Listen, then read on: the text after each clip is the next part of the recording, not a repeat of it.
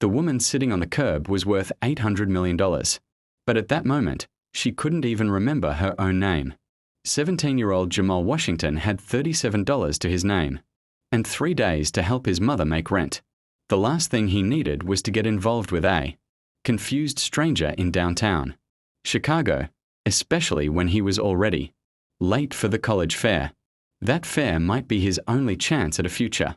But something about her stopped him cold. She was clutching a leather portfolio like her life depended on it. Rain was soaking through a coat that probably cost more than his family, made in 6 months, and business executives in $1,000 suits stepped around her like she was invisible. Are you okay? She looked up, frightened eyes meeting his. I'm supposed to be somewhere important, but I can't remember where. What happened next would change both their lives forever, but neither of them saw it coming. It began at 5:30 a.m. that Tuesday morning. Jamal's cracked phone buzzed before the alarm could even sound. The message was short, brutal. The landlord called again. Need $400 by Friday or we're out. His mother's text hit harder than any alarm clock. Jamal lay there staring at the peeling paint of their one-bedroom apartment, doing math that never added up. His part-time job at the auto shop paid $12 an hour, 20 hours a week if he was lucky, maybe 40 if miracles were real, but never enough. Across the room, his younger sister Maya slept on the pull-out couch. Above her pillow, taped carefully, was her college acceptance letter. She had just 3 weeks before tuition for her nursing program was due. It had been her dream since she was 8 years old. But dreams cost money. Money they didn't have. Jamal got up quietly, careful not to wake her. He split 2 pieces of toast 3 ways, for him, for Maya, and a portion for their mom who was already gone, working a hospital shift that had started before dawn. Walking to school, Jamal passed the coffee shop where he'd applied for a job. Through the window, he saw the manager who had smiled that polite smile that meant, "Don't hold your breath." 3 other places had rejected him the same way. Too young. Not enough experience. Not the right fit. The right fit, Jamal thought. As he walked past, always seemed to mean someone else. By lunchtime, his stomach growled with hunger. But when his friend Devon admitted he hadn't eaten, Jamal split his sandwich anyway. Automatic kindness, learned from his mother. After school, he took 2 buses to Rodriguez Auto Repair. Miguel, the shop owner, paid him cash under the table. $12 an hour.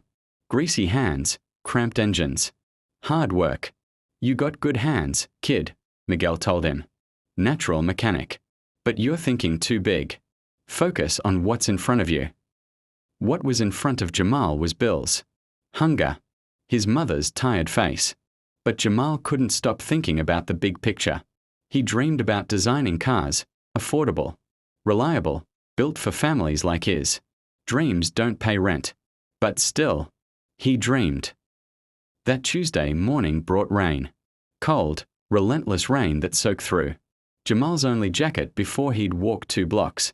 By the time he reached downtown for the college fair, he was drenched, self-conscious, and 20 minutes late. But then he saw her, an elderly woman, sitting on the curb outside Chicago's financial district, designer clothes ruined by rain, silver hair matted, eyes clouded with fear. Everyone walked past, pretending she wasn't there. But Jamal couldn't. "Excuse me, he said softly. Up close, he noticed her hands trembling, not from cold, but from fear. "I'm Ellen. I think. Ellen Crawford," she whispered, unsure. The name meant nothing to Jamal, but her portfolio carried a gold logo. Crawford Industries. She tried to stand but wobbled. He caught her elbow. "Whoa, easy. Let's get you somewhere warm." Inside a cafe, Jamal spent most of his lunch money on tea and a muffin. She gripped the cup like it was the first safe thing she'd held all day.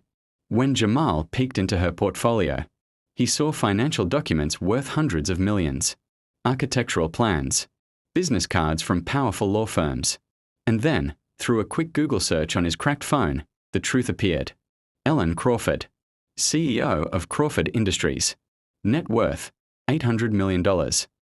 But Ellen wasn't worried about money. She was terrified about time. "There's a vote today," she whispered. "An affordable housing project. 2,400 families. If I don't present it, it dies. Everything dies." Jamal realized this wasn't just about her.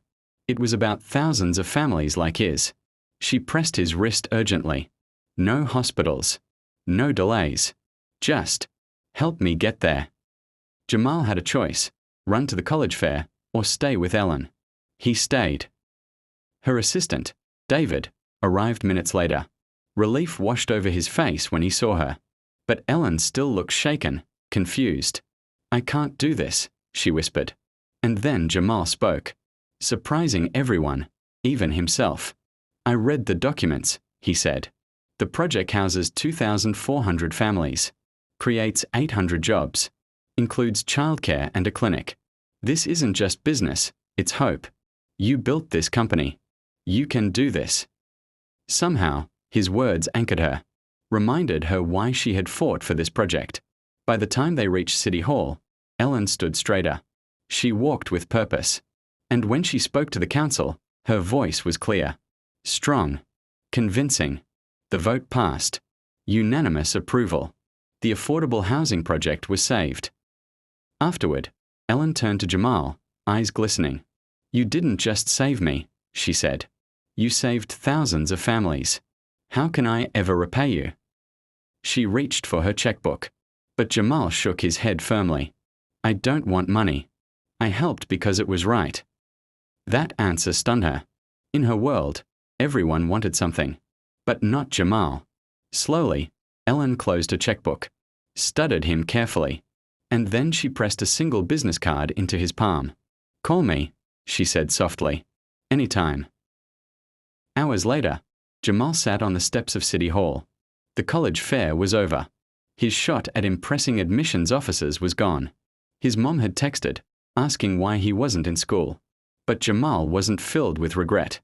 He had chosen right. And sometimes, right choices change everything. Because that business card Ellen gave him would open a door to a future he couldn't even imagine. A future worth far more than any college fair. Narrator, closing tone. On that rainy Tuesday, a 17-year-old boy with $37 to his name stopped for a stranger on the curb. The world may never know what would have happened if Jamal had walked past, but history will remember what happened because he didn't. Some moments define us, and this was one of them.